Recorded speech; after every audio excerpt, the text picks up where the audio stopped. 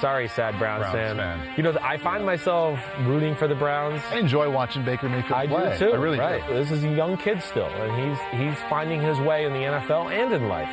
And you still would have him ranked in the bottom quarter, though. Thank you. Thank you very much. Just to remind. What a jerk you were. I was trying to say something positive about the Browns, and you had to take it all negative. It was mostly positive. Just a little dig at the end. Just a little dig at the end. Thank you very much. What up? Chris Simms Unbuttoned. You good, Paulie? Yep, Paulie Burmeister's here. And who isn't trying to find their way through life? You're talking about Baker Mayfield in the early 20s. And, I'm 39 and still learning. 48, buddy. Yep. Can you believe I'm a father of a 13-year-old? You know I'm still learning on the job. Both of us. Yeah. We have some new co-hosts. One of us doesn't belong, let me just say. This one? Yeah, you think? You think? There's a reason you're in the center, though. Oh, I guess so. Yeah. I mean, yes. You throw for almost 500 yards and no interceptions and lose. You get a spot. You do get a spot. You get a spot there, Let alone being, I mean, we'll get into that game, okay? I mean, he was unbelievable with some of the plays he made. Odell, the Browns get a win. Julio, the Falcons get a win. That was the shocker of the weekend, of course. And then, Aaron Rodgers, who I'll say, we'll get into that too. I wasn't like blown away by the Packers' performance yesterday altogether. Save it. Yep, I will. I'll save it for the podcast. Yeah. So I made some executive decisions. Had to call an audible, okay? Twitter, you know, we always put the games out there. They wanted Cowboys-Vikings, and then Titans-Chiefs was in second. I was counting on Cowboys-Vikings. I thought for sure how close that game was, how significant it was, America's team. But I just knew it would be. We got to watch it last night. And we don't need to deep dive that game. It was the only game on, and I just had to know what happened in the Saints-Falcons game. So I called audible, Blue 42, f you, Twitter, said, what? And we got to a new one. So yeah, I wanted to dive into that Falcons-Saints game because to me that was the most shocking outcome of the day. Not even like that the Falcons kept it close or that it was a close game and the Falcons just eked it out. I mean, the Falcons kind of dominated the game. Which was, they did. You're right. And that's why we're going to hit that in the deep dive. We're going to also hit Chiefs-Titans. That was a really fun game to watch. Got some good things there. And the first thing we're going to get to is Give Me the Headline. There we go. The NFC Shake-Up Edition. So even though it didn't make the deep dive, like Wait, the 70s called. They want your sweatshirt back, by the way. Come on, man. No? No, I like it. I just had to give you shit about something. I mean, come on. Someone in your ear said that. No, it was me. It was totally me. Next time I go back out to the West Coast, I'm going to get one and bring it back. That is a total West Coast. Did you get that in Denver, Colorado, or did you get that in L.A. somewhere? In L.A. L.A., okay. Yeah. I was going to say, it's one of the two. Right. One of the two. Aviator Nation. You'll like it. Yeah. You would love the store. Right. All right. Yeah. You got a good style. Completely I'm down your with vibe. your style. Yes. All right. I'm down with your style. We need to improve your sneaker game, but other than that, you're good. You don't like the Paul Smiths? I do. Yeah. You know, that's for you. It's me. Right. You know me. I'm a Nike whore. That's what I like to wear. Digress. From those two words back to football. So even though Cowboys-Vikings did make the deep dive, they are first on Give Me the Headline. I'll throw this out there to you and see what you think. Yeah. This is easy. It's just a starting point. Right. Kirk Cousins wins in prime time. Yeah, I mean, how about the Vikings just win in prime time? Right. I mean, but yes, Kirk Cousins, that is the headline to me. Yeah. I mean, I've never seen a guy more maligned over, his performances on Sunday and Monday Night Football. And really, you know what I should do at some point? Go back and look at all those games and just see, were they the better team on the field? More than times than not, just in my memory, I want to say no, they weren't. They weren't supposed to win the games anyways. Right. But I just think it's another thing.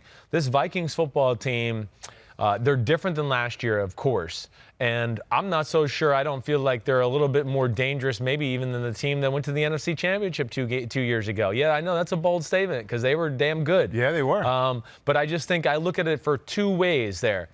The running back they got right now, he wasn't there that NFC Championship year, and he's special. Yes. 33 touches, 183. That looks good anytime. Anytime. But when you do it against Zeke Elliott, who had 22 for 63. There you go, right. Big dud. Right. Looks fantastic. And the Dallas defense is talented, fast. Yes. There's a lot of things to like there. But that's why I say that aspect of it. And then playing off of him and their aggressive passing game off of that. And then let's not forget, Mr. Kirk Cousins, he doesn't perform in prime time. Adam Thielen wasn't out there either last night, okay? Yeah. So there's another guy. I mean, you could argue that he's the second best player on their offense behind Dalvin Cook. Yeah. So Did that's you hear him me. talking to Michelle after the game? No. What did he say? So in the interview on the field, right. Cousins said, one of the things he said right away to one of the first questions was, we've kind of had to reinvent ourselves without Adam Thielen. Yeah. And we kind of got used to seeing when they really came back and responded in October, a lot of shots over the top. Definitely, yes. A lot of deep balls. Right. And that's not there right now. But they're still finding a way, I guess, to be more specific. Kirk Cousins is still finding a way to be effective while letting Dalvin Cook lead the way. And you mentioned that they're aggressive sometimes off of the play action. Right. I've got a sentence here, or a line here. Cowboys, getting back to the Vikings. According to Next Gen Stats, Cousins was the most conservative passer of any quarterback this week. Okay. Did that line up to what your eyes told you? Well, I don't, just thinking of the game in general, other than maybe the fade down the right sideline where Diggs made the great catch and came back and got his hand underneath it, where they originally called it incomplete and then overturned it, which was crazy to begin with that it was called incomplete. I mean, I don't know. The refs are overwhelmed right now, but we'll get into that another time. He did not try to make magic happen. I think he didn't need to. Exactly right. He hit crossers. Laquan Treadwell's had a nice second breath of fresh air here with Thielen out. He's kind of pops up here and there. They're using the 2 tight end sets very nicely.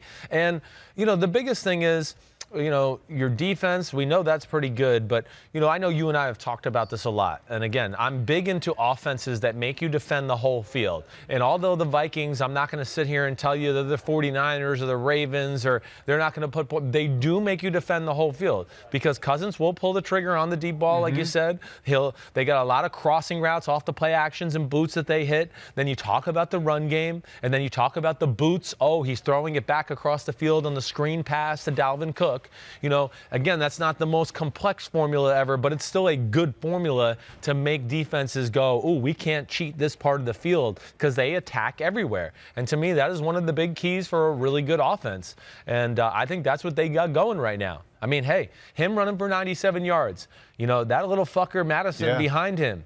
I mean, he's like Dalvin Cook 2.0, basically, almost. I mean, they got some guys that, they're made for playoff football. Defense, run the ball, high percentage passes, play action passes. They're going to be able to control the ball. They kind of did what Dallas likes to do to everybody else. Exactly. Which is eat the clock up and control the game that way. And Kirk Cousins, I think, is playing the best he ever has. And this is a compliment to him and the team.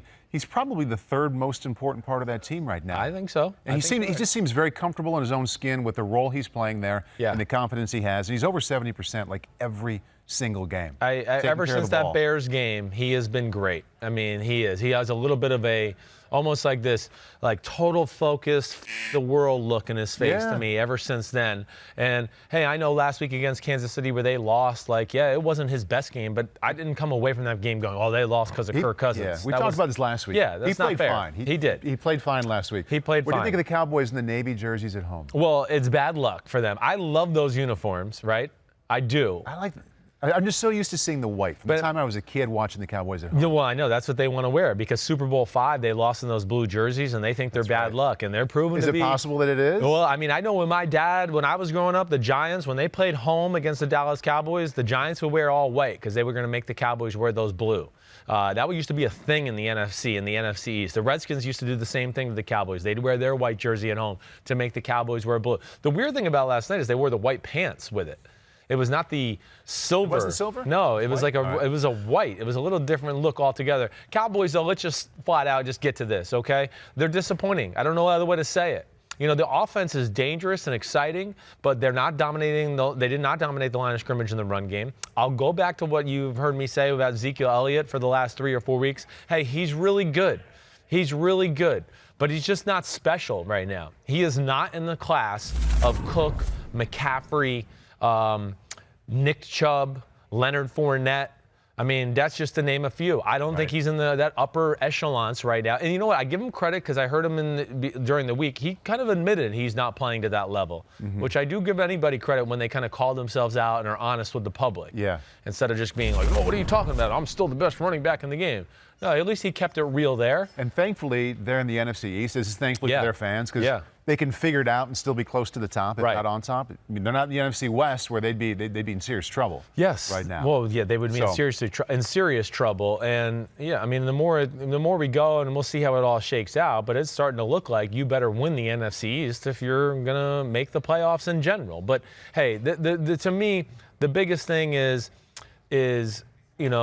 2 opening drive touchdowns by the Minnesota Vikings. The Dallas is in the hole right off the bat, okay? They come back, they kind of get momentum back on their side. 14-14, okay, you look good, all right. Well, they let a field goal drive before the half. Then in the second half, it's another field goal drive. Dallas goes down and score. Then it's a 13-play drive after that, and it's 28-21, and that Dallas defense got worn out. Yeah. And it's, you've heard me rant about the Dallas defense. I think. It's just they got to do more. Yeah. They got to do more. They are not going to beat the really good teams in the NFC or the NFL with play harder. That's my new thing. Let me raise my hand over here and say this. Yeah. Just hanging out with you, remembering what you said in the first couple minutes. Right. We're not doing a deep dive on the Cowboys. Yeah, shit. What are you doing? I can't help it. You just deep dove. You deep dove the Cowboys. Yeehaw, Orsi. I mean, get your stick out and whip my ass. That one careening off the lane of... What'd you just say? I said, get your stick out and whip my ass and tell me, come on. We're going to get back in the lane. All right, sorry. Give me the headline. Give me the headline. Yes. A little bit more efficient. Yeah. All right, Panthers-Packers. To me, the game was a little bit, the game was fine, whatever. Right. It's starting to get cold outside. Yeah. It's getting darker earlier. Yeah. Got the fire going. Oh, yeah. Dinner's being made. Right. There's snow at Lambeau Field. It doesn't get any better. The game itself was fine, but just that entire scene at my house, awesome. It's awesome. Can't miss Felt like TV. a real fan. Yes, can't miss TV. Football at its finest. I mean, my headline to the Packers is, are they as good as their record? Let me ask you. Yeah, I don't know. I mean, there's things that are concerning to me a little bit about their game. Of course, I don't love their defense. Right. Let's just go to this. Kyle Allen, in the third quarter, or I think it was the third quarter, maybe second there. I mean, they fumble a ball on second one. He fumbles the center exchange snap. Huge moment. That led to Green Bay getting points. In fact, it led to a touchdown, right? So that was at midfield. That was the second quarter. Sorry, just so I get my facts straight here. So that was huge. Kyle Allen, they drive down again, later on in the game. Throws an interception in the back of the end zone. There's those moments. Hey, the roughing the passer call on Aaron Rodgers on 3rd and 13, backed up in his own end zone. I mean, Carolina's going to get the ball at the 50-yard line at least before the half for a chance to score points there. Mm-hmm. Green Bay had chances to put them away. But I can also sit there and go, Carolina had chances to take control of the game at times. What'd you think of the final play? The final play, I have no issue with that final play. I mean, they gave it to their best player, and against a defense that's not very good at stopping the interior run in general. Yeah. They made a good play. I mean, that's all there is to it, more than not. But my last thing, and we'll move on. Yep. And I'm going to watch this film for sure in my Deep Dive, our Wednesday podcast. Talk about it Wednesday. I do not think Rodgers played great. I don't. I know it's always hard on TV, but there was a number of replays Troy Aikman showed, and I went, man, that guy's open down the field. This guy's open too. In the end zone, at least. There might have been, and there was a few in the middle of the field too, where I saw some crossers or some people working across the middle, where hey.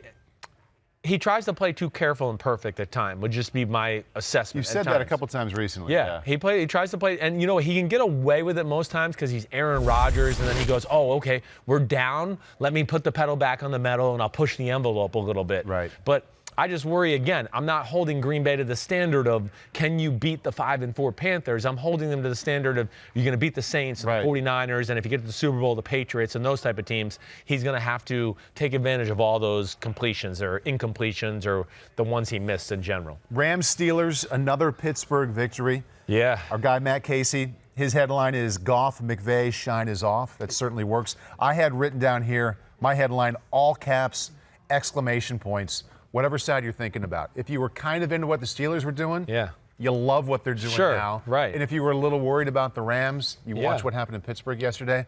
now you're big time worried. Definitely. I mean, that was a Steel City ass whooping right there, far as just, beating a offense up. I mean, that. What happened to that offense? Well, Todd Gurley's not the same. And it's getting to the point where it doesn't look like he's ever going to be the same. And you talked about Zeke Elliott being a little lesser than. Is Gurley even lesser than? Well, Gurley, yeah. Well, yes, he is. Gurley, in terms of their own standard. In their own standard, exactly right. That's what. There's been runs, and even runs yesterday, where I just went, man, the old Todd Gurley would have ripped off 60 or 70 yards right there, and instead it was a 15-yard gain. Is him being average again by his standard? Yes. A bigger problem than Jared Goff right now? Yes, it is. Then it's him coupled with the O-line, because the O-line is not good either. And again, their team the last few years, I know we all want to give the quarterback credit. It was all about the run game and Todd Gurley. That's where they got you. It was run the ball left with Gurley, run the ball right with Gurley. Oh, you're getting too aggressive there and stopping the outside zone with backside pursuit. Oh, here comes the speed sweep to Robert Woods. Oh, okay, now you go fake speed sweep. You've heard me say this, fake speed sweep, fake Todd Gurley, play action pass, guy over the middle open. Right. Oh, fake speed sweep, fake Todd Gurley, screen to Todd Gurley, or screen to the tight end, or screen to the wide receiver. They weren't like reinventing the wheel, but because they could dominate you in the run game, and then McVay is smart enough to watch the game and go, ooh, they're starting to get antsy with this, so I'm going to call that to keep them honest. Oh, they're getting antsy with that. I'm going to call this to keep them honest. But when there's no run game, there's not enough. McVay has to reinvent himself. He has to. And he also doesn't have like a real difference maker amongst the pass catchers. A lot of really good players. Cooks is out there, right?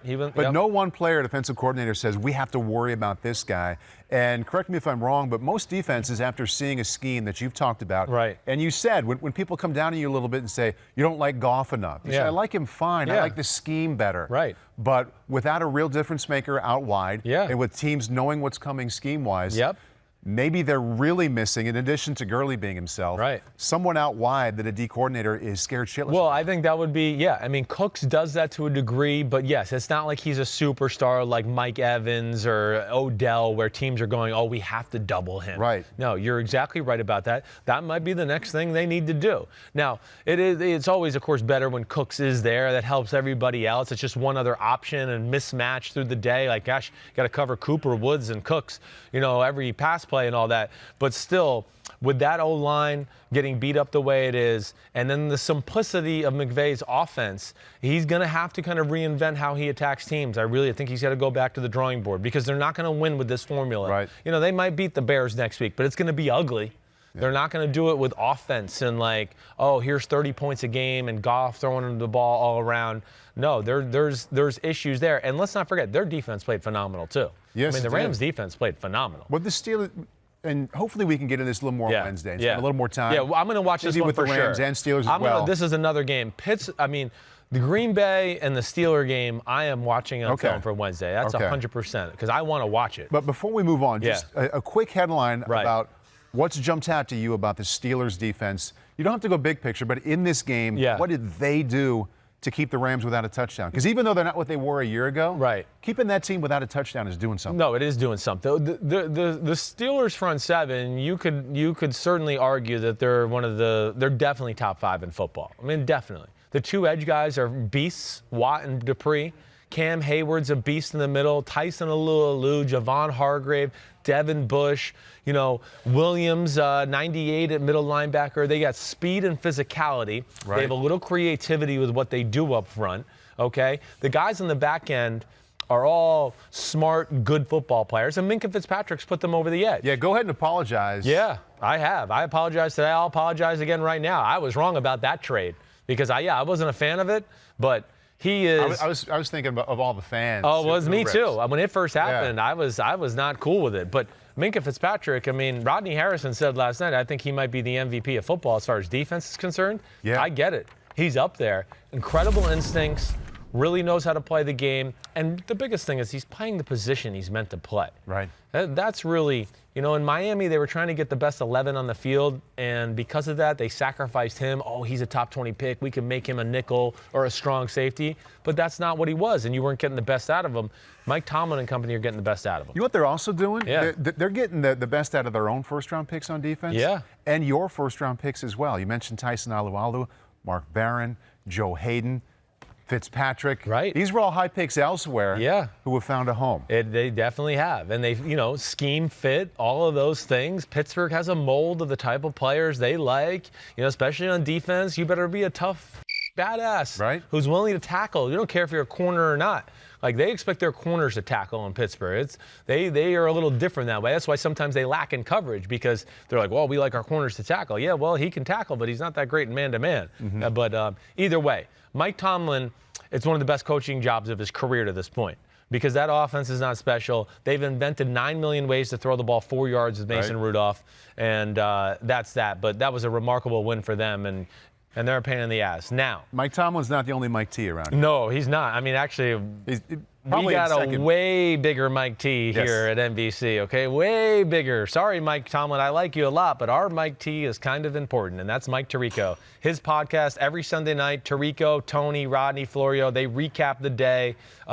So many good points. I mean, I would love to be there actually for it, because Coach Dungy and Rodney make so many good points throughout the day while we watch games. I mean, they make so many good little, and then of course, we do the show and you get to hear some of them, but we're doing highlights and doing a million different things, so they get to unveil some other thoughts, which I think is worth the listen. Lamar Jackson, Aaron Rodgers interviews in that feed. That's worth checking out.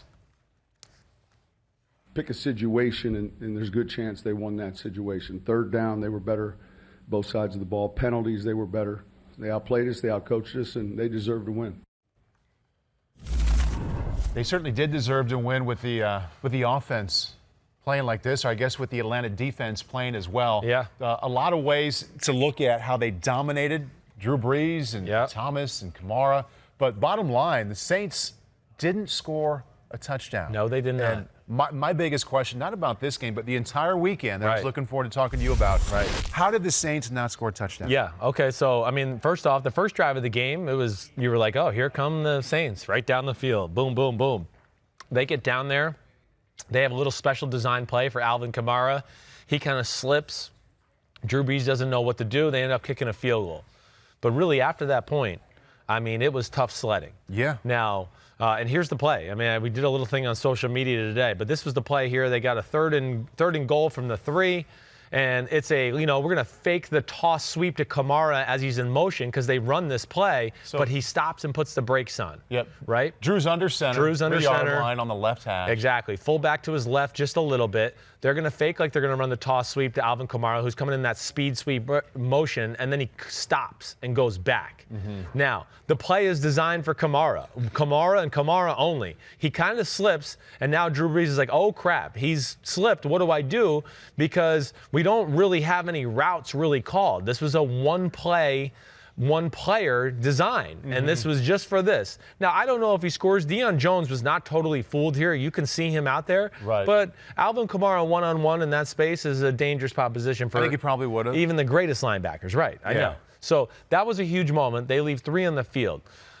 Going from there, I guess the thing I would say is, got to give Dan Quinn and the Falcons credit. Did some different things on defense. Not like where I went, oh, they reinvented themselves. What was different? But 3-man pressures. A lot of that, yeah. A lot of that, okay. Didn't play their Seattle defensive scheme the whole game, which drives me crazy sometimes. I mean, it's Sean Payton, Drew Brees. You play the same defense over and over. Yeah. They're going to finally go, okay, this is what we got. Let's expose this and do this. Don't they have the Seattle beaters? They did, but see, the Falcons did a very good job of really never staying true to that. They went some 2-man. They played some man-to-man. They changed up some coverages in the game where not only the coverages, but even a few blitzes here and there where I went, man, I haven't seen the Falcons run that blitz all year long. And I do think that threw the Saints off of rhythm to a degree. I thought it was more than the blitzes, though, and there were. It definitely was. There were times, but there were plenty of times where they weren't bringing pressure. No. It was the 3-man front that you talked about. Right. And Drew had that initial time and didn't see anything. And my first thought is, okay, this isn't a team that relies on pushing it way downfield. And if they're dropping 8, they're dropping them into the right zones to prevent Drew from throwing it over the top. He doesn't really do that anyway. No. This is one team that kind of carves you up underneath anyway. So why weren't those there? Because that's where, like, they kept people all over Kamara and Michael Thomas on short passing routes. They weren't going to let, I think, the short passing game beat them, and they weren't going to let, like, the Sean Payton, he dials up 2 or 3, like, FU plays a game, and they did a good job stopping them, whether it's a screen or the old, we're booting to the right and going to throw backside to the tight end who's kind of slipped through and gone out that way. The play we see just about everybody run every week. Baker Mayfield hit Jarvis Landry on the last drive on that play again. Kyle Shanahan invented that. I think that's the big thing. More than anything, they took away the short passing. They took away the short passing game, but more than, like, to what you said, there's nothing to back them up. And you're right. Like on TV, I watched that game and went, man, Atlanta looks like they're getting pressure. No, the pressure was not that great until the fourth quarter when they get up 20-9, and then they could just pin their ears back. More times than not, I came away watching film going, ooh, that's good coverage. They're running out Kamara on the halfback option, and they're playing Tampa too, and they got 2 guys over him. They weren't going to let him beat him. So between, I think, stopping some of those go-to 5 to 8 yard passes that the Saints are magical at. And then when they did complete some of those, man, did they tackle. Yeah, they did. There was no Kamara break it and, I caught a 5-yard ball but went into a 20-yard gain because I broke 2 tackles or 1 tackle. Same with Michael Thomas. They caught the ball. They were kind of down right there, and that kept them in manageable situations and having to play that way. The Falcons did a great job defensively. Yes. And like you, I think a lot of the Sean Payton, Drew Brees combination, what they've been doing the last decade plus. Hall of Fame play caller and quarterback execution. But they did not help themselves at all in terms of play calling. And one of the things I hate the most after a game is when people question 4th downs that don't work and a game plan that didn't work. However, when your quarterback throws it 45 times and your top 2 running backs combine to carry it 9 times in a close game, got away late, but most of the time it was a 1-score game or a 10-point game. No doubt about it. There's not really any excuse for that kind of lack of balance. It's one of the shocking things of the game. And I don't know if you saw my notes, but one of the things I wrote is I just can't believe it. The Saints have gotten, like, pass happy for some reason. Oh, my gosh. I wrote, where's the run? Question mark. They didn't really even try. And I wonder, is it something where Sean and Drew knew going in that was the plan? Or if they got the stat sheet at some point after the game or they got home, we're like, holy shit, we only ran 9 I know. times? See, to me, that's where I think the change-up got them a little bit. I think they've been watching the Falcons play, and they said they're going to play that Seattle scheme, and we're going to dice them up, slow death, and we'll get 5. It'll turn into 12 because Michael will break a tackle. We'll get another 5, and Kamara will break a tackle here and there. We'll do that. But, like, the Falcons, between the 3-man rush, what I call blitz change, right? Blitz change is like 2 guys drop out, but 2 guys blitz. So it ends up being a 4-man pressure, but you're still dropping back as a quarterback going like, wait, am I protected? Oh, okay. Oh, wait, they're over here now. So those are little wrinkles that I haven't seen them do. And a few of the different blitzes I talked about. Plus, you said it earlier, the Saints don't have a game breaker. Teddy Ginn, okay, he's not the Teddy Ginn from like 7 or 8 years ago. You wouldn't count Thomas as one? No, he is not a game breaker. He is a possession receiver.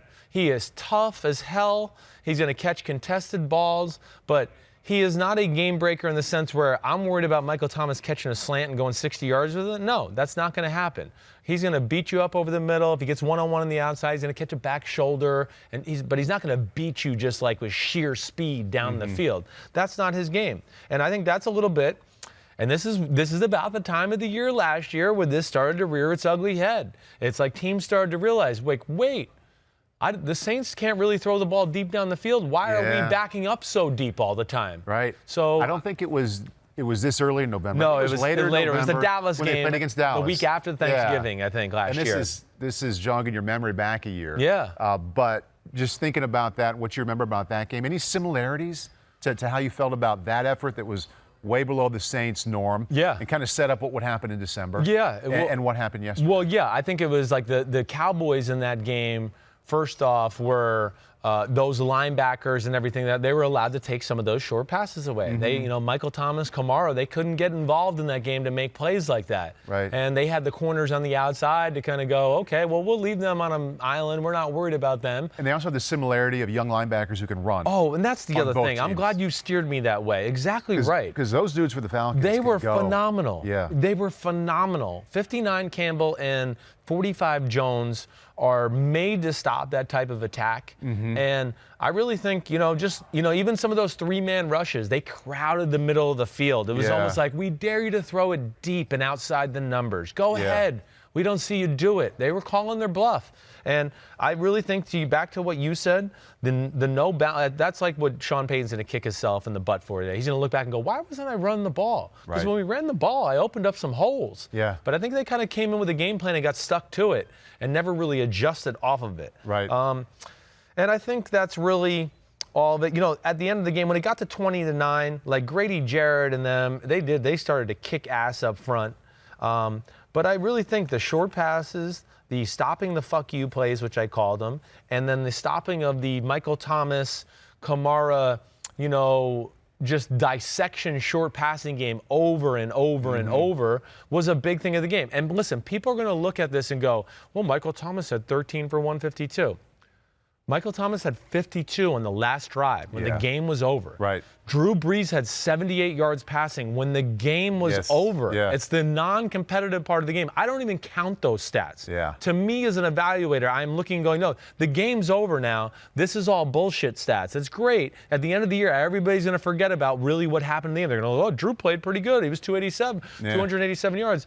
But no, it was more like 210, 215. Right. And that's a big difference. And how about this number? I want to see if this means something to you. Brees was under pressure 35% of the time. That's according to Next Gen Stats. Entering the game, New Orleans had only allowed 22% of the time. Oh, yeah. Well, and I would say, which to me says a lot about their offensive line, because as you've pointed out, they weren't like coming after him all the time. No, it was not their best game, the Saints O-line, and I would bet you that a lot of those pressures in that percentage are fourth quarter, where like you said, in the first 2 or 3 quarters, I wasn't sitting there.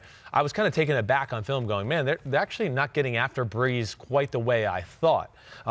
But that you hit it. The linebackers taking away the halfback options, the wheel routes. They were looking for wheel routes up the sidelines to Kamara, and the linebackers were all over it. They were running with him. Their linebacker coach, by the way, Jeff Ulbrich. Yeah. So when I was living in Southern California, he was the linebacker coach for UCLA. Yeah. And our kids, we lived in the same town. Our kids played on the same flag football team together. Yeah.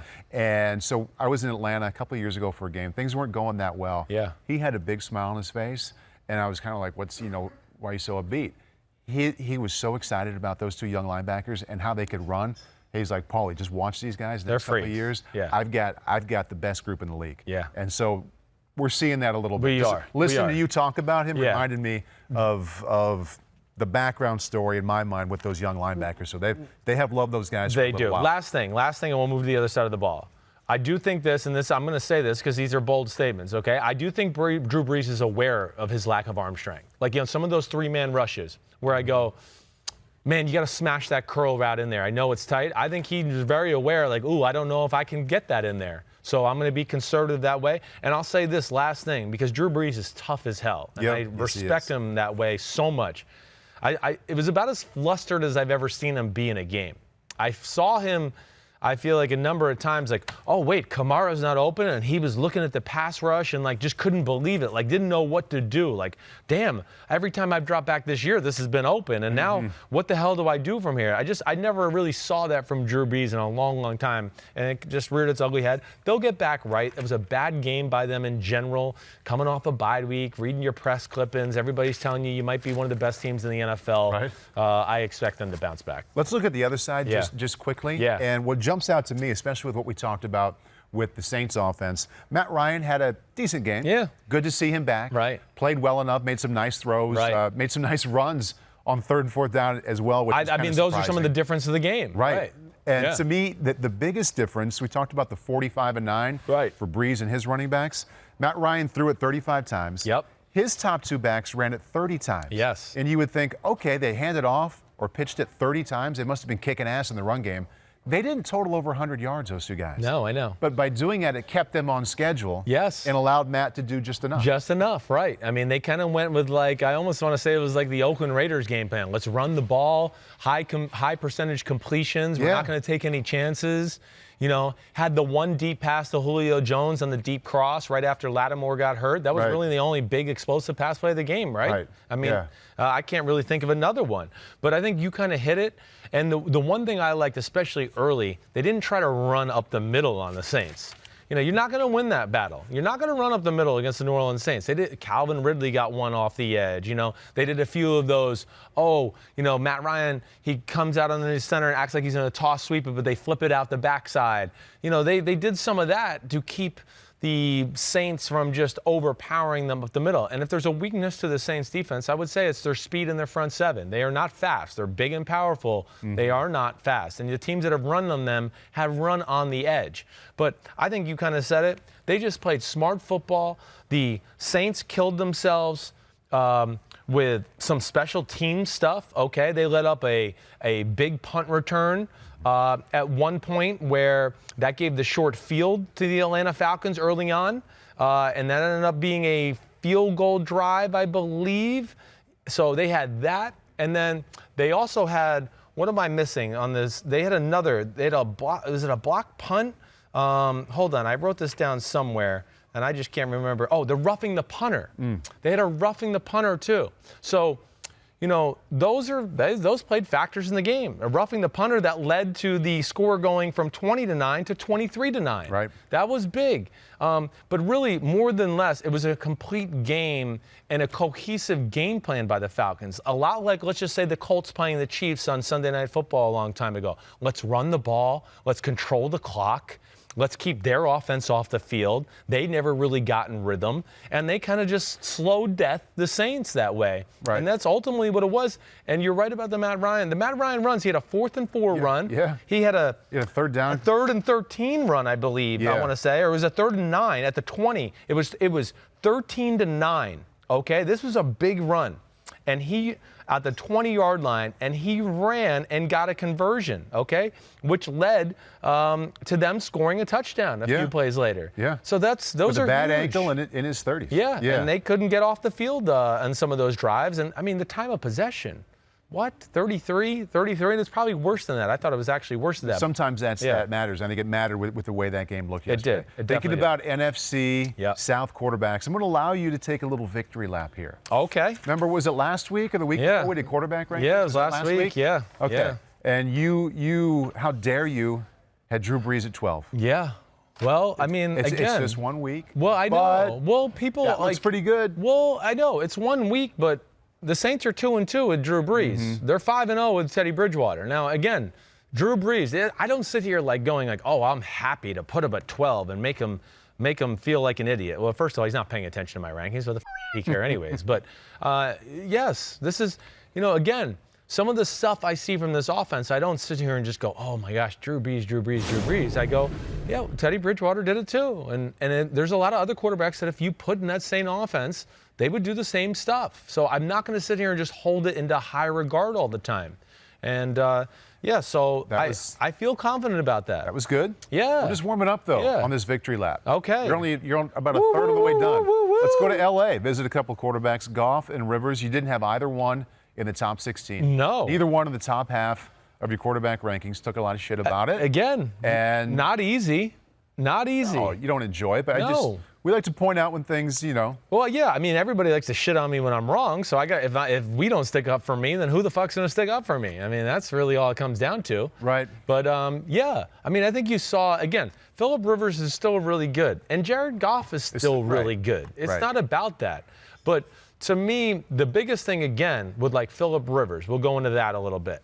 See, what scares me with Phillip Rivers is he's tough as hell, will hang in the pocket all day long, like a Tom Brady, but there's a difference. Tom Brady still has a 100-mile-per-hour fastball. So Tom Brady doesn't need to throw the ball before the guy comes out of the break. He can sit there and go, ooh, he's come out of the break. I'm going to rifle it in now. Bam. Phillip Rivers, on the other hand, has to do it. When he has pressure, he doesn't move that well. He can't run to extend plays. So he has to do it with timing. And, he should come out here soon, so I'm going to lay the ball into this little zone area and hopefully, the receiver slipped. Oh, interception. Things like that. It's just too many mistakes at times for Phillip Rivers for me to put him in the top 16. That's really all it comes down to. That's really all it is, let alone with Jared Goff. The thing I would say there is, again, he's being paid like he's one of the best players in the game, and which is erroneous. And NFL GMs need to be, held accountable to some of this stuff anyways.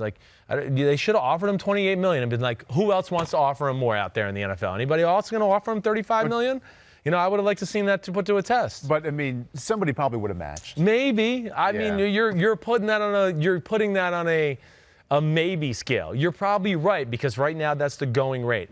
But my point is, just with a Jared Goff, again, he's not the type of talent that is going to take over games when things aren't going good. That's my only thing. It's fair. I think Jimmy Garoppolo and Derek Carr and some of those can make more out of less than Jared Goff can. I'd like to spend some time with Carr coming up here in the next, when we really get into some plays. I feel like we haven't talked about him. No, I know. All of a sudden, they look like they're decent. Yeah, they're looking decent. Well, they're just to get into that. Just think about that game back on Thursday night. Again, I'm not trying to take anything away from them. 21 completions for 218 yards. They run the ball. It's high percentage passes, and then I only remember one pass the whole game over 20 yards in the air, and that was a Darren Waller throw. Right. But it doesn't take anything away from him. He's still doing really good. Sometimes you like to sing with the damn okay. Damn okay. Damn. I'm okay. Damn. I'm okay. Yeah, no, yes, I'm okay. The legal gambleizing. Oh, baby. I am Chris Simms. I'm okay. Damn. Okay. Wasn't so much the singing, it was just a mashup with a catchy little beat behind it. It's a catchy little beat right there. As I give some people the middle finger in the offices over there. Your hockey Those crew. are important people. They are. I know. He runs the entire hockey division. Yes, so I know. Be nice to him. That's why I don't have to deal with them, so I can give them the middle finger. Let's start off with the man, the myth, the legend. Yeah. Let's just go to it. Can we show the shades first off, right off with Lamar Jackson? Damn. Okay. He could get some cooler shades. Yeah, right? He can wear whatever he wants with the way he's playing. Well, no, he can only wear Oakley. On the sidelines, he can only wear Oakley. That's the only NFL mandated shades. So he has to wear Oakley, okay, Paul, or he's going to get fined. They have a number of different styles. Yes, they do. You're right. But either way, they were having fun. And come on, that run yesterday. I know. Insane in the membrane. Yeah. That is redonkulous, okay? Not ridiculous, redonkulous. Would you like better that spin move, which is good every single time, right? Or the Patrick Mahomes jumping in the air and throwing? Man. Well, I'm always, gosh, they were both amazing. I don't know. I guess I might have to go with that. You going with that one? That's just so out of this world rare. Other than Michael Vick, nobody makes a run like that in the history of the game. Nobody. And I think he's quicker than Michael Vick. I don't think he's as fast as Michael Vick straight away. Didn't run his power. He's not as powerful. Yeah, Michael Vick had some ass and legs on him. And, he was Michael Vick was the fastest guy in the field. He was arguably the fastest guy in the NFL for a 4 or 5 year period. Lamar Jackson's really fast. I don't know.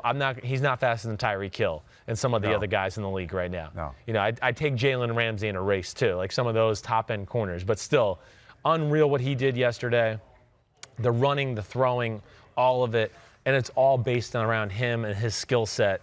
And it's, the thing I like about Lamar, I don't know how much you like, and again, it wasn't a game I was totally tuned in at 1 o'clock, but, 15 for 17, the use of tight ends. With a spike, I believe, with a kill in the clock spike, I think was one of the things. No, it definitely was. You're right. Yeah. So that was one of it. But then you talk about a guy who can deliver from different platforms. I know, right? So again, we can sit there sometimes with Lamar Jackson and go, oh, he missed that throw. But I want to go, well, let's watch the film because I'll show you 3 throws or 4 throws that nobody, only like a short list of people are going to hit these throws, and he hits them too. Yeah. So that's got to count for something as well. It was his only incompletion in the first half was the spike. The spike. And I feel like his performance yesterday is getting discounted a little bit because it's coming off the Patriots' performance, which was on Sunday night, now. Like a coming out, and it took him to the next level. Right. And there were so many close games yesterday. Yeah. That game was a blowout. It wasn't as big a game as the Patriots, but that was an NFL game. He won 15 out of 17. Right. And had that run. So his run's being shown a lot, and it should be. It's great. It's fun. It's unbelievable.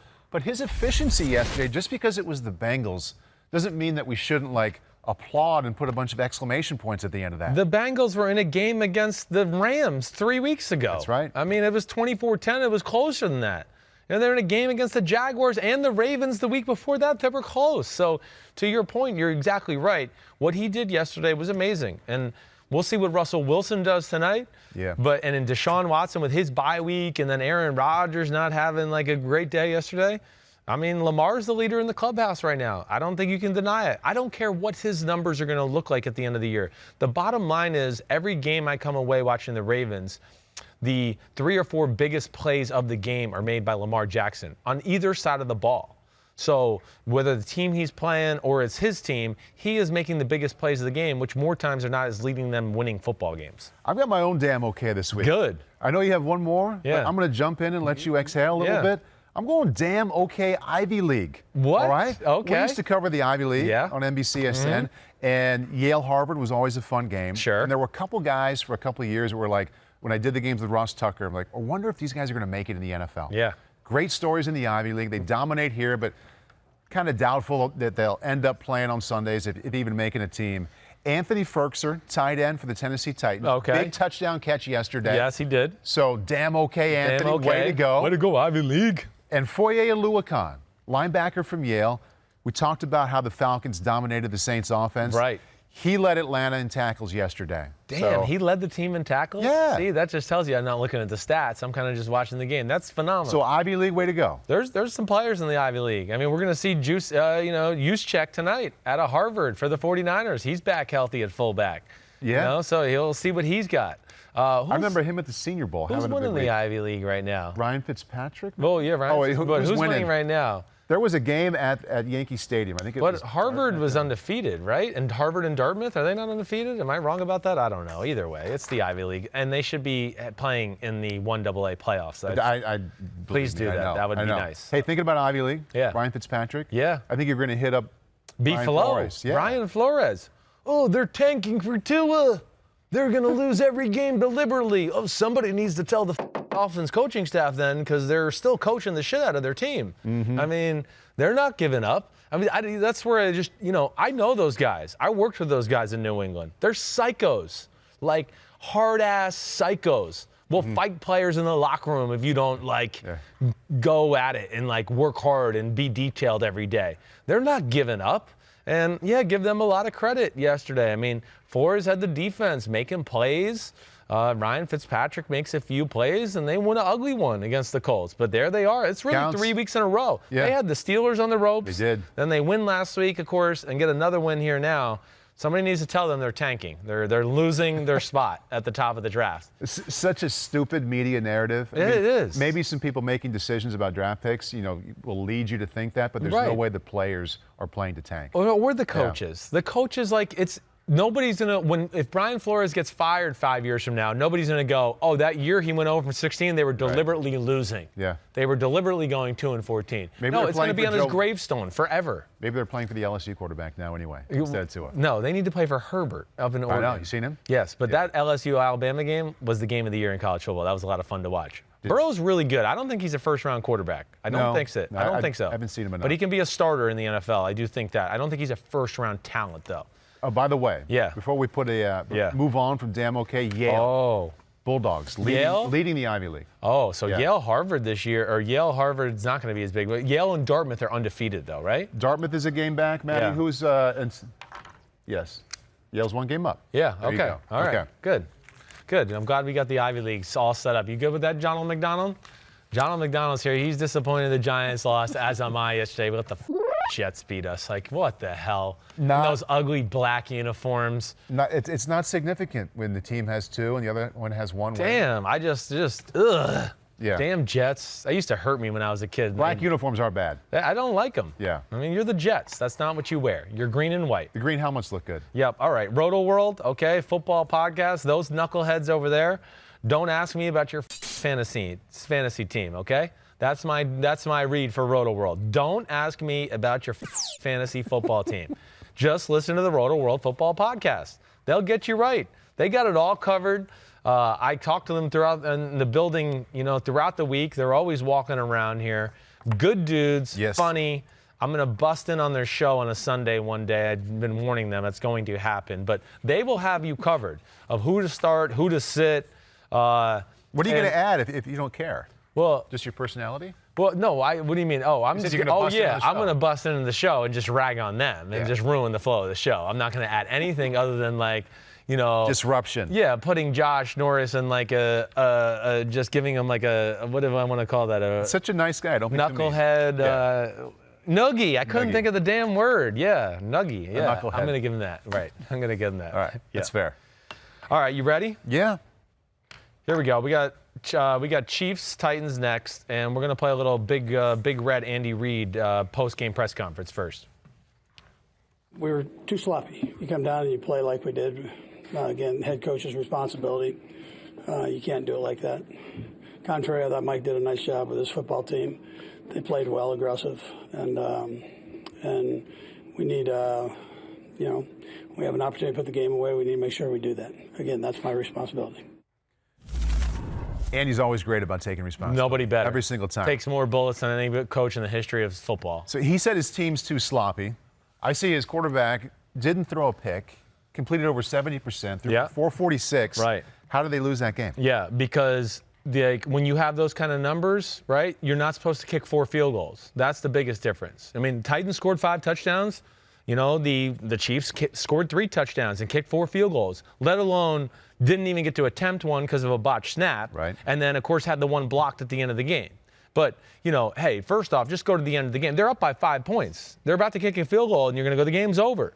I don't know who messed up, the center or the holder. Either way, the ball was snapped when the holder was not ready for it to be snapped. What about the play before, though? Patrick Mahomes he's rolled out to his right. Rolled out to his right. I mean, I don't know if he lost 5, 6, 7 yards, but he took a loss. I'm going to say, and I'll pull it up just to make sure, but I'm going to say it was 5 yards, somewhere around there. They were kind of trying to, roll to the right, throw an inside tight end screen, right? Yep. That's really what they were going to do. And it wasn't there. So then he takes it. He lost 5 yards. So that took them from the 24-yard line back to the 29-yard line. He treated it kind of like it was like the last minute. He just didn't want to run out of bounds. They were going to make Tennessee use that last timeout. They had 1 timeout left, and I'm sure Andy said, listen, if you don't like it, fall down, so they have to use that last timeout because he's thinking, okay, we're going to make the field goal and go up by 8, and now they're going to have to drive the field with no timeouts to score a touchdown. But they could have punted, and it's still a 1-score game no matter what. Yes, okay. And with the talent they have at punter, you're likely putting them somewhere inside the 10. Yeah. And even though Derrick Henry had been really good, and but they're Tannehill at the 29. He's made 4 field goals already, and you got Patrick Mahomes. But it doesn't put you up by 9. No, it's still a 1-score game. Yeah, it's a 2-score game because you got to score twice. It's called a 2-point conversion. I hate everybody trying to say that. You got to score a touchdown, and then you got to score another touchdown from 2. One possession. Yeah, okay, good.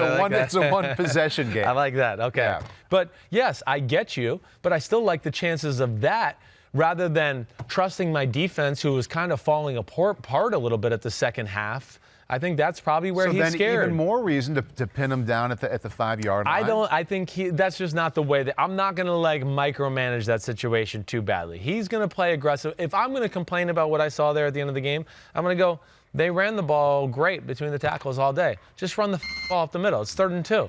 If that's what you're going to do, run it up the middle. You've had success there.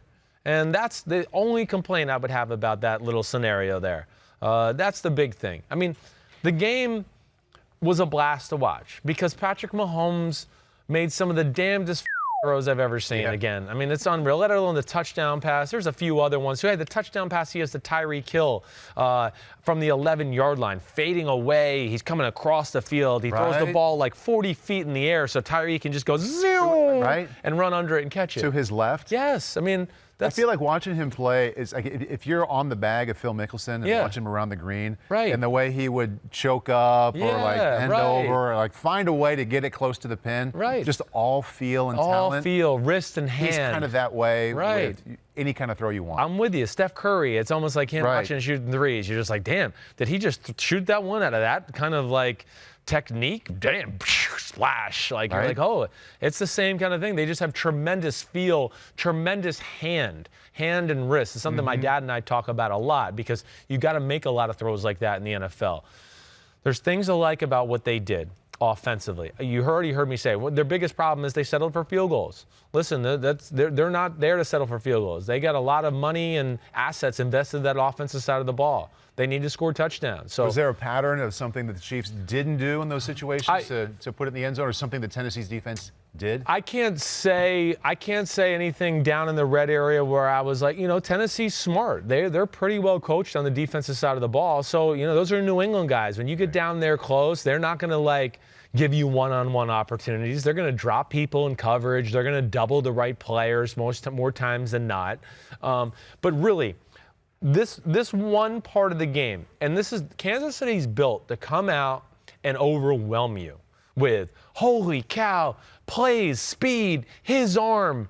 We got him stopped. It didn't matter. He scrambled and still makes a great play. They overwhelm you. The greatness of what they did last year is more times than not, they put teams behind the 8 ball before they broke a sweat. They were like, oh, damn, we're down 20-0. I've just got warmed up. And now you don't get to play your game.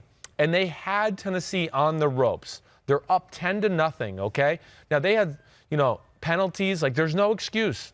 They get a turnover early in the game. They got the ball on the 8-yard line, right? Was it the 8-yard line? Or was it a 4-play, 8-yard drive that ended a 30-yard field goal? And I can't remember. Hold on. I got too many damn thoughts going through my head. How did they get that ball down there? It's going to drive me crazy. I got to look real quick. Sorry, everybody. Got to be patient with me. 1 second. At what point of the game? Here we go. Early, because Tennessee, Chris Jones forces a fumble on Ryan Tannehill's sack. They got the short field. They're in 1st and 10 on the 20. They only get 8 yards. They don't get a first down. They got to kick a field goal. That's a big moment to me. So they're up 10-0. Now, I'd like to see that 14-0. But either way, it's 10-0, and they didn't get 10-0 They stayed at 10-0 because penalties. Right. They kept penalties. Had a touchdown called back. Touchdown called back. Had a screen play to Travis Kelce that got him down to 2nd and short. That got called back. So they had to basically battle just to get into a field goal position. But you're up 10-0.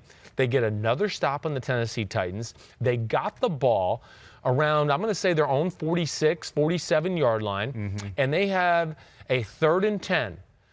And I'm going to take it back to 2 plays before that, okay? And I'm just going to read it verbatim here.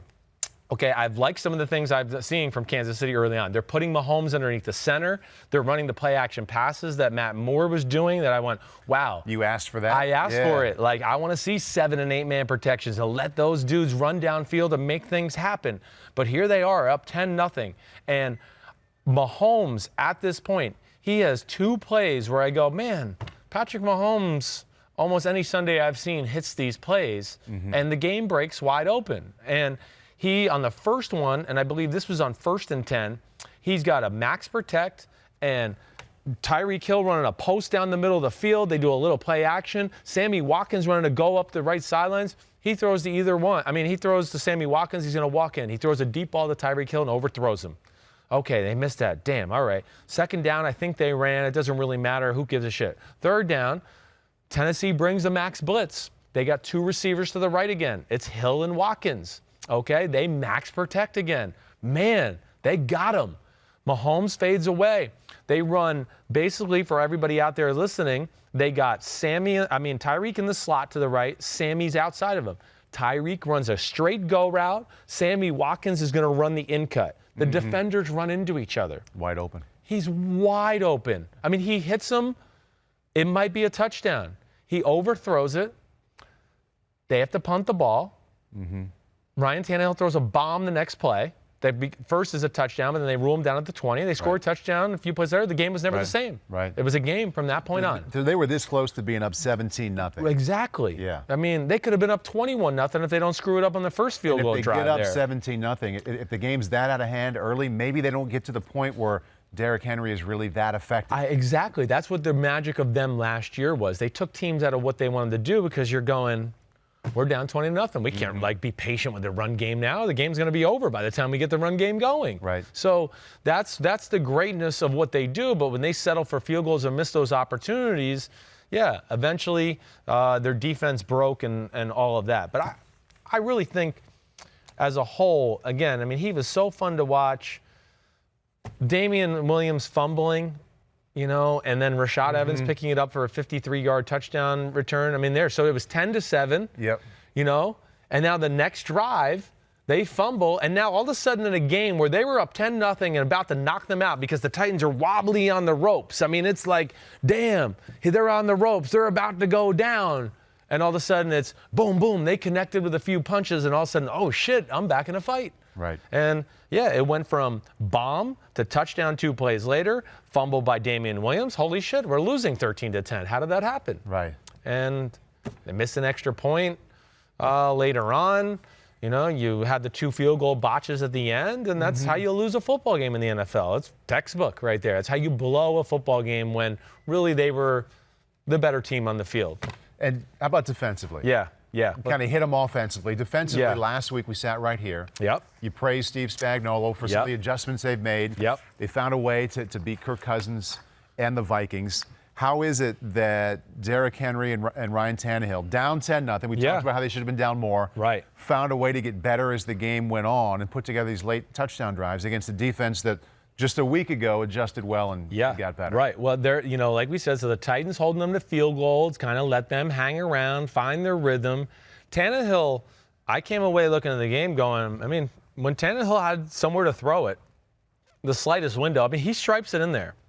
It's the one thing where, I even wrote in my notes, like Mariota, there'd be a few slam dunk completions every game where I'd go, damn, he missed that. Like, you can't miss that 20-yard out route right there. Tannehill doesn't miss those. And, I know it doesn't seem like a big deal, but in the context of close NFL football games, they are a big deal.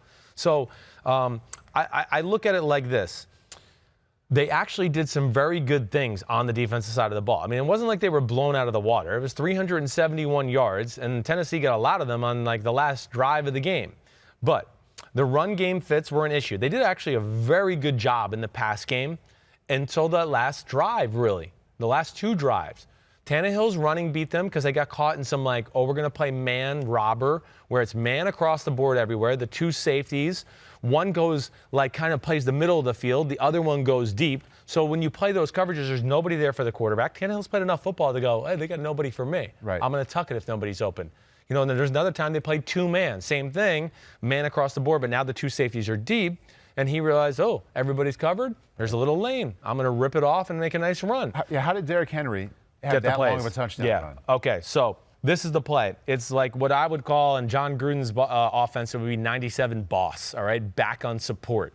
And it's I formation. It's I formation, tight end to the right. They motion the tight end across to the left side, and they basically run outside zone to the left. And what happens here, and again, this is tough because I like this. They got Chris Jones at D end because this is what they've been doing a little bit lately. Let's get big up front. We'll stop the run. We'll play a 310-pounder at defensive end, and then we don't have to compromise our secondary. Well, they run the outside zone to the left, okay, and the linebackers kick too far over that way as well to where the weak side linebacker, Reggie Ragland, is head up. He's the weak linebacker. He's head up basically with the center. So can you picture that in your head, right? Yeah. So you have all 3 linebackers. If you're the quarterback and you're looking at the defense, all 3 linebackers are from the center to the left. You're overplaying your alignment right off the bat. And any smart running back's going to go, the cutback might be there. But it's double there when Chris Jones, who's 309 pounds, all of a sudden has a gap again that's like 10 yards wide.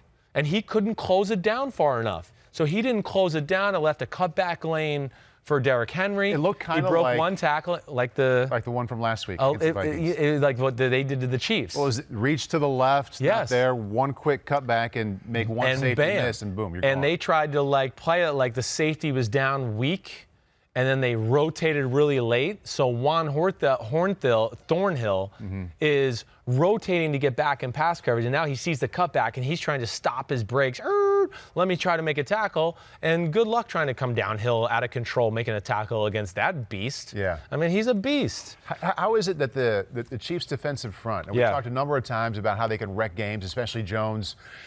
To me, Henry's a running back where if you get to him in the backfield, you can kind of make him look average. Yes, because he's not that shifty. No, right. Doesn't have that much making miss. He needs a little build-up away. speed. He's not a guy that just like 0 to 60 in a second. Yeah. You're right. How is it that he had so many times where he got to the line of scrimmage or threw it without being affected at all? Yeah, they mashed him a little bit. Just as far as 12 and 13 personnel, which is 1 back 2 tight ends, 1 back 3 tight ends. They even did some 13 heavy, where they make like one of the tight ends is the extra offensive tackle, right? So you got 6 offensive linemen in and 2 tight ends.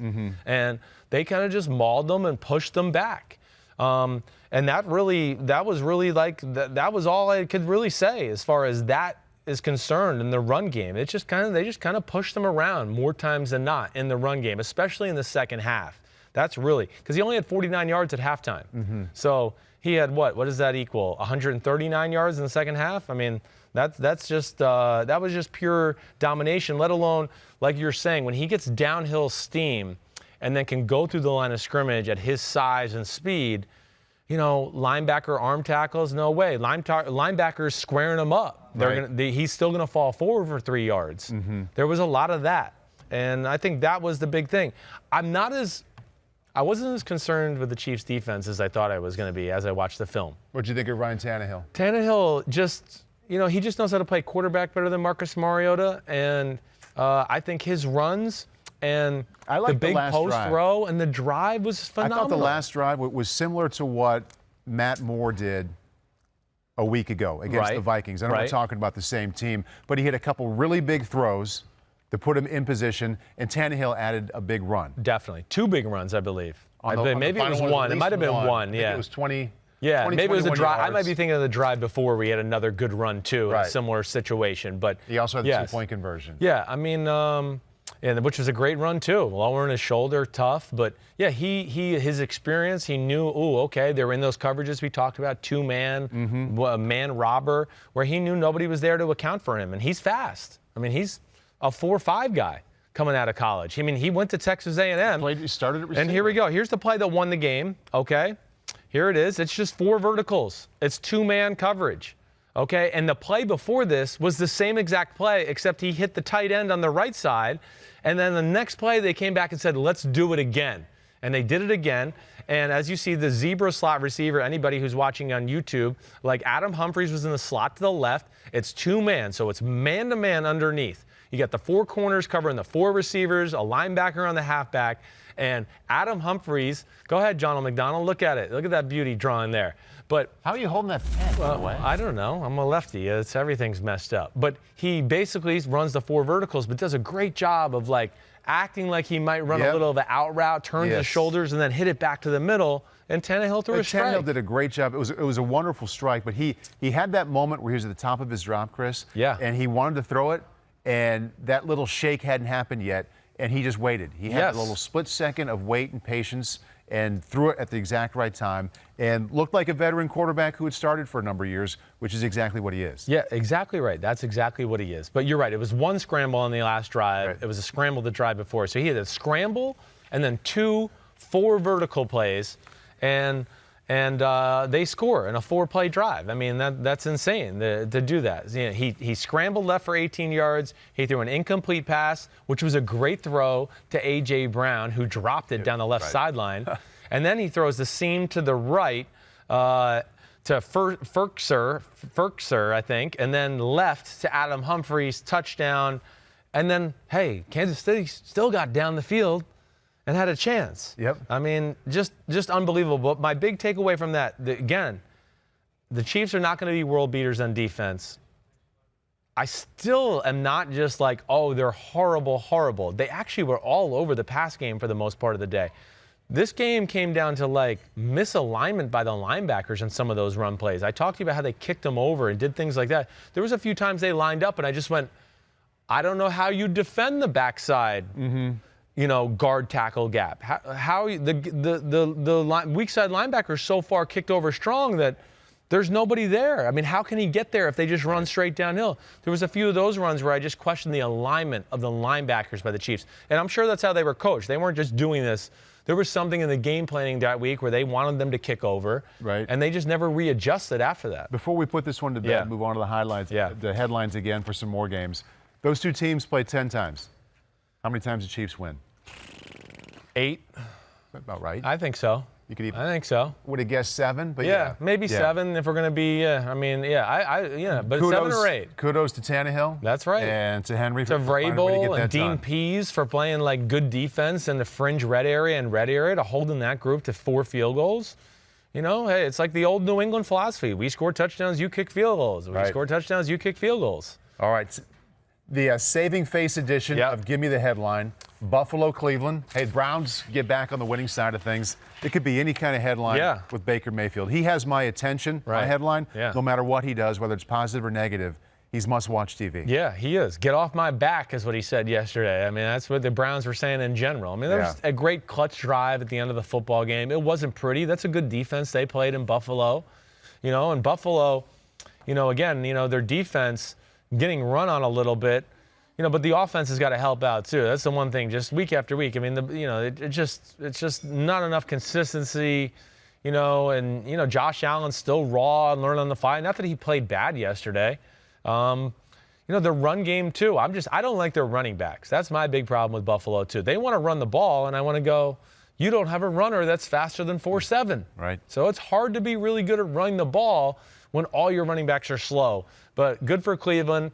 And we'll see. I mean, Buffalo is one of those teams you just look at and they go, can they hang on? Can they hang on here down the stretch and get in the playoffs? You have the same feeling about them every single game. Yes. It's like, can the defense good? Will Josh Allen make a mistake or make the big play to help them win it? It's like, I don't know which one it's gonna be. Let's go to the NFC North. Yeah. All right. Bears, Lions.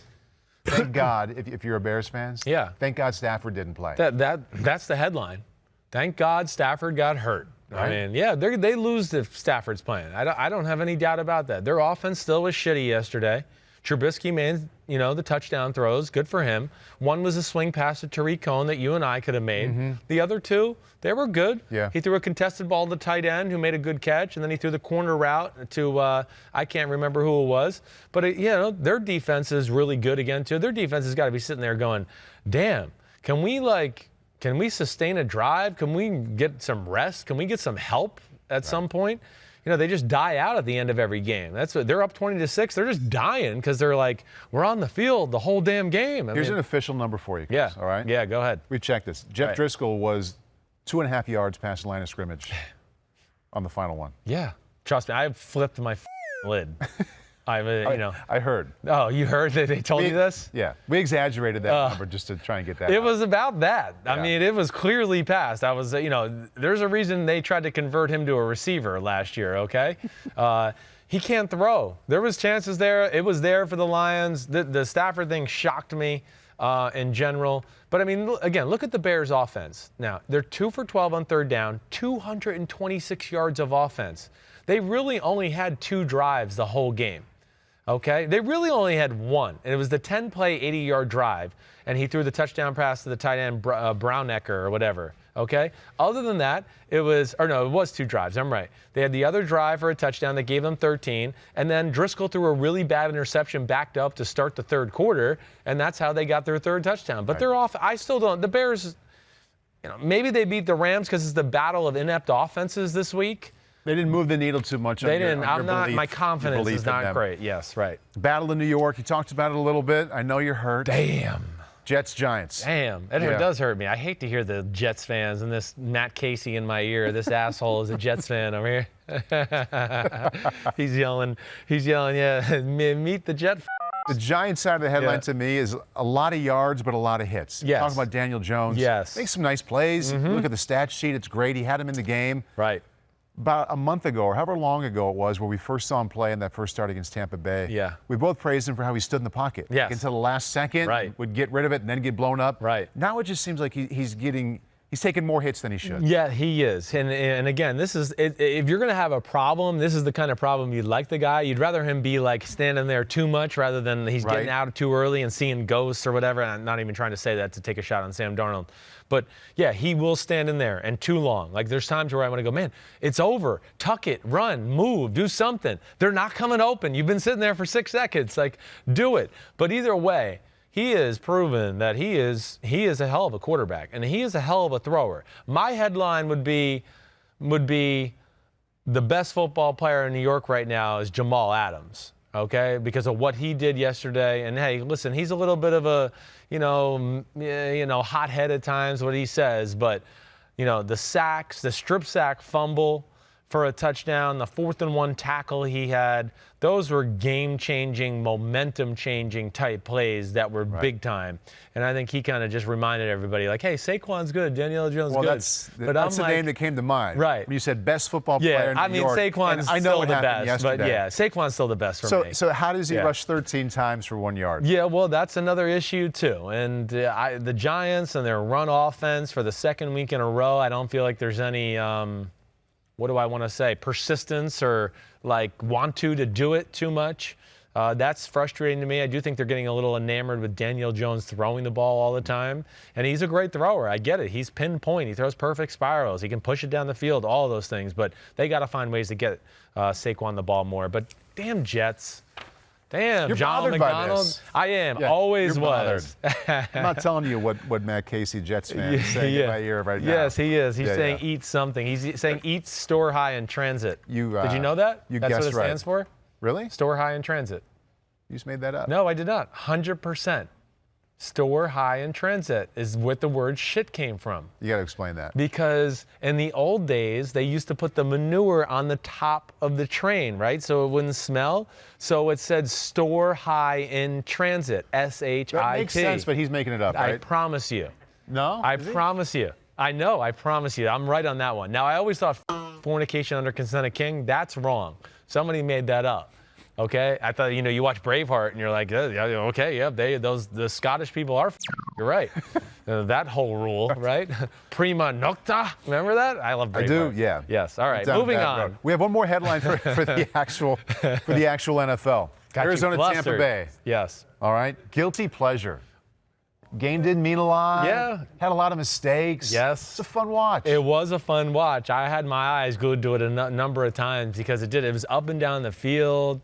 Kyler Murray making plays sloppy. I mean, a 4th and 1, he's going to throw a wide open touchdown pass to a tight end. On a 4th and 1, he loses in the sun and barely touches the ball.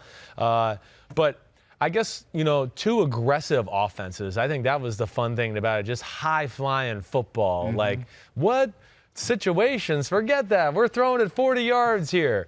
And the unforgotten, arguably best receiver in football, again, just makes so many big plays. And Mike Evans. I mean, he's a freak show. The Bucs are wonderful to watch if you're just neutral about the team. Right. If you don't love or hate them, you see the Buccaneers on.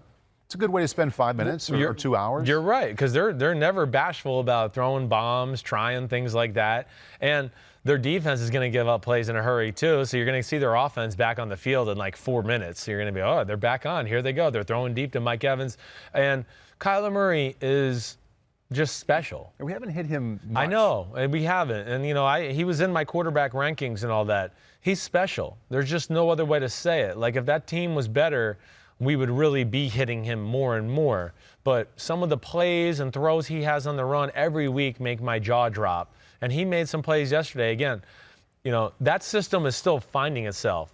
He's making the system better than the system's making him at this point, certainly. Because a lot of times they just go, it's man-to-man. We just expect you to hit the guy 40 yards down the field on the money. And he goes, okay, no problem. Zoom, and he throws it. So that's that. Interception streak snapped 211 without an interception. Damn. That's a whole lot. That's crazy. Rookie record. It's crazy. He's good for him. He's got a little of that like Aaron Rodgers in him where he's a gunslinger, but he has some great way of being able to take care of the football while being a gunslinger, which is very rare to play that style of football. And and be that smart. But, man, some of the throws and passes he had to Christian Kirk and things like that were just off the charts good. He's a special, special player. And Bruce Arians said to Peter King that if Jameis plays like that, he's the guy he wants around for the future. Yeah, I get that. I mean, I guess what else is he going to say right now? Right. But it was big, but like the 2 interceptions were Jameis's fault. You know, I mean, they were his fault. He tried to jam a ball in the middle of 2 people in the middle of the field and then tried to throw an out route into a guy that was covered from get-go. Yeah. And he just said, I'll throw it. And it got intercepted. So, again, I like Jameis too. You've heard me say Jameis is good, is really good. It's just as bad as really bad. Yeah. And that's where, he frustrates you. If they end up under 500, it's hard to imagine that he will get paid. And be Who you got? Niners, Seahawks tonight. Who you got, kid? Who you got? I'm going Seahawks. You're going Seahawks? I'm going Seahawks. How dare you? Against your guys. I know. Yeah. Yeah, I don't think so. No? I don't. I think it's a bad matchup for them. Why? Why is it bad for them? Because Seahawks defense not great. They got to worry about this 49ers offense. I think that's Strugglesville, and this is not the kind of game. I don't think the Seattle running game's going to get going, and I don't think it's the kind of game Russell Wilson can take over. Not with Bosa and Ford on the edge. And that D-line, I think they can, slow him down to where he just can't totally take it over. He hasn't really met a defense or a game that he couldn't take. No, so it would be a hell of an accomplishment. It would be, and we're going to see. I'm pumped to see it. This is a real test for the 49ers tonight. This is one of I think maybe the best Monday night game of the year so far, right? I sense a volley of texts later on. Yeah. Lobbed your way down there in Greenwich. Yeah, good. Yes. When the 49ers are up by 14, I'm going to lob one your way and go, eat that, Paulie Bin. All right, everybody, we're done. That's it. Chris Simms deep dives where what the happened will happen on Wednesday. You're here, right? Yes, sir. Okay, awesome. Hope everybody enjoyed it. Enjoy the Monday Night Football game. Get at me. You know where to find me on Twitter or on Instagram. Peace out. We out of here.